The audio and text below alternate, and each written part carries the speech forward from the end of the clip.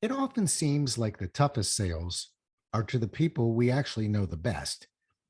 If you truly believe in what you sell, then you have a right, no, you have an obligation to talk to your family and friends about it. But understanding this is just not enough. Let's have ourselves a pocket sized pep talk, and I'll show you exactly how to do this. A Pocket Sized Pep Talk, the podcast that can help energize your business and your life with a quick, inspiring message. Now, here's your host, Rob Jollis. And in sales, it seems the toughest prospects are the ones we know best. Have you ever wondered why? It might be because we think we're overstepping the lines of our friendship. When we know someone well, we never want that friend to question our motives for the friendship. It's a troubling feeling if we think our friends may think that we're using that relationship as leverage to sell with. And therein lies the problem. Given the fact that our friends and family actually want us to succeed, there's really no logic to that assumption. So, what's the holdup? Well, the answer isn't contained in the actual conversation you're looking to have. The answer is really found in how you transition to the discussion you're looking to initiate and how to begin that discussion. To some extent, I was fortunate. I was taught the answer to this question when I was 21 years old selling life insurance.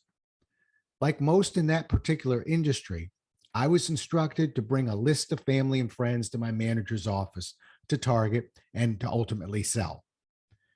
I brought the list, but I quietly avoided any attempt to sell them. Fortunately, my sales numbers were strong and my manager forgot about following up on that list. That is until I hit my first sales slump. Then my manager's memory seemed to improve and we went back to that list. First, he made an emotional appeal. He said, Rob, if you believe in your product, why would you not want to share that with those you care about the most? That certainly made sense, but I was still stuck on the thought that friends would question my motives. My manager then doubled down on that emotional appeal and continued,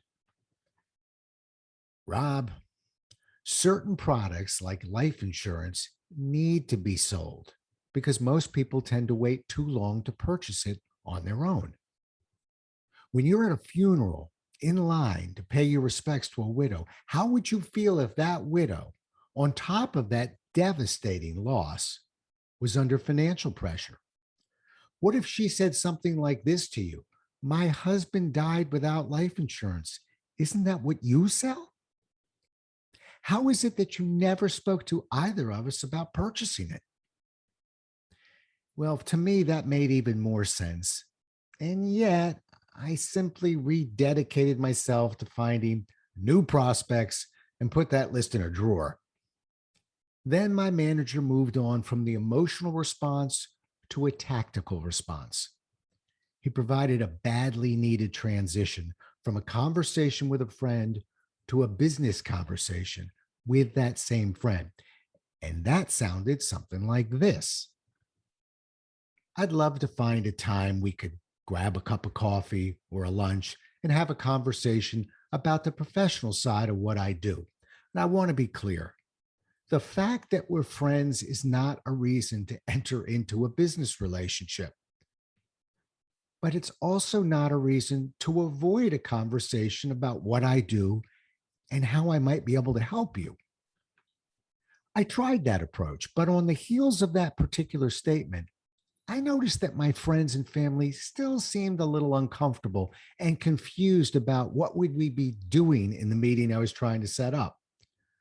Because of this, I added a little more to my manager's tactic and addressed that particular elephant in the room. And the elephant in the room was the clarification of an agenda, which sounded something like this. When we meet, I want to learn more about what you do, tell you more about what I do, and see if there are any specific challenges I might be able to assist you with. All right, now you might be concerned that they'll still be thinking, how am I going to get out of this if I don't want to buy anything? Don't wait for the question, simply keep going. At the end of our meeting, you'll either find value in what we've talked about or you won't. If you don't find any value, and all I ask is that you feel comfortable telling me so, I wouldn't want to take up any more of your time discussing ideas that are of no use to you. Does that sound fair? But on the other hand, if you do see value, I ask that we set up a time to meet again so that we can talk further and ultimately create a more detailed proposal customized around any specific needs you may have. You see, it's not enough to understand if you believe in your product or ideas. You have a right, and as I said, an obligation to talk to your family and friends about it. You now have a way of doing just that. Thanks so much for listening. If you enjoyed today's show, please rate and recommend it on iTunes, Outcast, or wherever you get your podcasts. You can also get more information on this show and Rob at jollis.com.